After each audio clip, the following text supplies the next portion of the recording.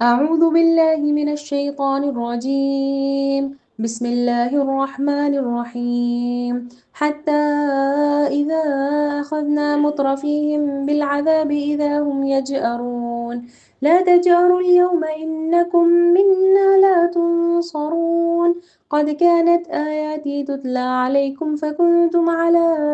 أعقابكم تنكصون مستكبرين به سامرا تهجرون أفلم يدبروا القول أم جاءهم ما لم يأت آباءهم الأولين أم لم يعرفوا رسولهم فهم له منكرون أم يقولون به جنة بل جاءهم بالحق وأكثرهم للحق كارهون ولو اتبع الحق أهواءهم لفسدت السماوات والأرض ومن فيهن بل أتيناهم بذكرهم فهم عن ذكرهم معرضون صدق الله العظيم. الحمدللہ رب العالمین الصلاۃ والسلام علی رسولہ الکریم وعلی آلہ واصحابہ اجمعین اما بعد اعوذ باللہ من الشیطان الرجیم بسم اللہ الرحمن الرحیم. شروع کرتی ہوں اللہ رب العالمین کے نام کے ساتھ جو بڑا مہربان اور رحم فرمانے والا ہے. محترم و معزز سامعین اکرام، السلام علیکم ورحمۃ اللہ وبرکاتہ. ابھی آپ تلاوت کلام پاک سماعت فرما رہے تھے. آیت نمبر 64 سے 74 تک کا ترجمہ سنتے ہیں. اللہ رب العالمین ارشاد فرماتا ہے وہ اپنے کرتوت کیے چلے جائیں گے یہاں تک کہ جب ہم ان کے عیاشیوں کو عذاب میں پکڑ لیں گے تو پھر وہ ڈکارنا شروع کر دیں گے. اب بند کرو اپنی فریاد و فغاں، ہماری طرف سے اب کوئی مدد تمہیں نہیں ملنی. ہماری آیات سنائی جاتی تھی تو تم رسول کی آواز سنتے ہی الٹے پاؤں بھاگ نکلتے تھے. اپنے گھمنڈ میں اس کو خاطر ہی میں نہ لاتے تھے. اپنی چوپالوں پر اس پر باتیں چھاڑتے اور بکواس کیا کرتے تھے. تو کیا ان لوگوں نے کبھی اس قرآن پر غور نہیں کیا؟ کیا وہ کوئی ایسی بات لایا ہے جو کبھی ان کے اسلاف کے پاس نہ آئی تھی، یا اپنے رسول سے کبھی کے واقف نہ تھے؟ انجانا آدمی ہونے کے باعث ان سے بدکتے ہیں، یا یہ اس بات کے قائل ہیں کہ وہ مجنون ہے؟ نہیں، بلکہ وہ حق لایا ہے اور حق ہی ان کی اکثریت کو ناگوار ہے. اور حق اگر کہیں ان کی خواہشات کے پیچھے چلتا تو زمین اور آسمان اور اس کی ساری آبادی کا نظام درہم برہم ہو جاتا. نہیں، بلکہ ہم ان کا اپنا ہی ذکر ان کے پاس لائے ہیں اور اپنے ذکر سے منہ موڑ رہے ہیں. کیا تو ان سے مانگ رہا ہے؟ تیرے لیے تیرے رب کا دیا ہوا ہی بہتر ہے اور وہ بہترین رازق ہے. تو ان کو سیدھے راستے کی طرف بلا رہا ہے، مگر یہ لوگ آخرت کو نہیں مانتے اور راہ راست سے ہٹ کر چلنا چاہتے ہیں. صدق اللہ العظیم. یہ تھی آیت نمبر 64 سے 74 تک کی آیات کا ترجمہ. سامعین کرام، کل والی کلاس میں ہم نے سورہ مومنون کی آیت 62 اور 63 کی تفسیر کے ساتھ سنی تھی، جس میں اسلام دین مطلب جو ہے آسان ہے، مشکل اور سخت نہیں ہے. اس پر وہی بوجھ یا ذمہ داری انسان پر اللہ رب العالمین ڈالتا ہے جس کا وہ مکلف ہے، اور ساری انسانیت کو برابر وہی ذمہ داری دی گئی ہے. اور انبیاء ایک بشر کی حیثیت سے اس کام کو کر کے انہوں نے اپنی عملی زندگی میں اس مطلب جو ہے امت کو بتلایا کہ انسان اقامت دین کی ذمہ داری اٹھا سکتا ہے، نبھا سکتا ہے، اس پر عمل پیرا ہو سکتا ہے، اور وہ جو کچھ کرتا ہے وہ اللہ کے پاس اس کی نیت، ارادہ، کوشش سب اللہ کے پاس کتاب میں ساری شہادتوں گواہیوں کے ساتھ محفوظ ہے. اور جب انصاف کا مرحلہ آئے گا تو وہاں ظلم نہ ہوگا، ہر ایک کو اس کا بدلہ انعام ہو یا سزا برابر ملے گی. یہ کہتے ہوئے اللہ رب العالمین نے بتلایا کہ انسان بھولا اور ناسمجھ ہے، اسے نہیں معلوم کہ آنے والی زندگی اس کی قیامگاہ اس کے اعمال پر منحصر ہے. اس کا شعور احساس اسے نہیں، اسی لیے وہ بے جا مطلب امیدیں، گمان اور خوش فہمی کا شکار ہو گیا ہے. اور یہ انداز ہر زمانے کے لوگوں نے اپنایا جو احساس سے عاری اور مشن سے غفلت کا شکار تھے. اس کے بعد اللہ رب العالمین نے سورہ مومنون کی آیت نمبر 54 میں بے شعوری اور غفلت کے انجام بتاتے ہوئے بات کو آگے بڑھایا ہے. یہ ہے وہ خلاصہ جو کل والی کلاس میں ہم نے بڑی تفصیل کے ساتھ دیکھا تھا، آیت نمبر 62 اور 63 میں۔ آئیے 64 میں اللہ رب العالمین نے اس بے شعور اور غفلت کا انجام کیا بتلایا ہے اس کی طرف چلتے ہیں۔ آیت نمبر 64 میں اللہ رب العالمین ارشاد فرماتا ہے، ترجمہ کچھ اس طرح ہے کہ وہ اپنے کرتوت کیے چلے جائیں گے یہاں تک کہ جب ہم ان کے عیاشیوں کو عذاب میں پکڑ لیں گے تو پھر وہ ڈکارنا شروع کر دیں گے۔ سامعین اکرام، یہ ہے وہ ترجمہ جو آیت نمبر 64 میں اللہ رب العالمین ہمارے سامنے بیان کرتا ہے۔ یہاں لفظ مطلب جو ہے مترفین کا عیاش کے ساتھ مطلب جو ہے اس کا ترجمہ کیا گیا ہے۔ مترفین یعنی اصل میں ان لوگوں کو کہتے ہیں جو دنیاوی مال دولت کو پا کر مزے کر رہے ہوں اور خدا و خالق کے حقوق سے غافل ہو گئے ہوں، اور اس لفظ کا صحیح مفہوم عیاش سے لیا گیا ہے۔ عذاب سے مراد یہاں آخرت کا عذاب نہیں بلکہ دنیا کا عذاب ہے جو اس زندگی میں ظالموں کو دیکھنا نصیب ہوگا۔ یہاں مترفہم کا مطلب جو ہے جو لفظ کے ساتھ جو ترجمہ کیا گیا ہے یعنی خوشحال لیکن اللہ سے غافل لوگ اس سے مراد ہیں۔ قرآن مجید میں مترفین ان لوگوں کے لیے مطلب جو ہے لفظ استعمال ہوا ہے جو مال و دولت، طاقت اور عیش و عشرت رکھتے ہوں لیکن اللہ کے احکام کو نظر انداز کرتے ہوں، تکبر اور سرکشی اختیار کرتے ہوں۔ ایسے لوگ اپنی دنیاوی آسائشوں کو کامیابی سمجھ رہے ہوں اور اسی فریب میں ہلاکت پانے والے یہ لوگ ہوں گے۔ جو لوگ دنیا کی آسائشوں میں ڈوب کر خدا کے احکام کو بھول جاتے ہیں اور نافرمانی میں زندگی گزارتے ہیں، جب اللہ کا عذاب انہیں پکڑتا ہے تو سب سے پہلے یہی لوگ چیخ و پکار کرتے ہیں۔ یہ آیت تکبر اور نافرمانی اور غفلت اور دنیا پرستی کے انجام کو واضح کرتی ہے۔ اللہ رب العالمین یہاں مطلب جو ہے جو لفظ مطلب جو ہے جوار کا مطلب جو ہے ایک لفظ استعمال کیا گیا ہے جس کے معنی ہے بیل کسی اس آواز کو کہتے ہیں جو سخت تکلیف کے ساتھ وہ نکلتا ہے۔ یہ لفظ یہاں محض فریاد و فغاں کے معنی میں نہیں بلکہ اس شخص کی فریاد و فغاں کے معنی میں یہ لفظ استعمال کیا گیا ہے جو کسی رحم کا مستحق نہ ہو، اس میں تحقیر موجود ہو اور اس میں طنز کا انداز چھپا ہوا ہو، اور ان کے اندر یہ معنی بھی پوشیدہ ہے اس لفظ کے اندر کہ اچھا اب جو اپنے کرتوتوں کا مزہ چکھنے کی نوبت آئی تو بل بلانے لگے ہوئے ہیں۔ یہ وہ معنی ہے جو اس جوار کے لفظ کے ساتھ یہاں پہ واضح کیا گیا ہے۔ اس بات کو سمجھنے کے لیے کہ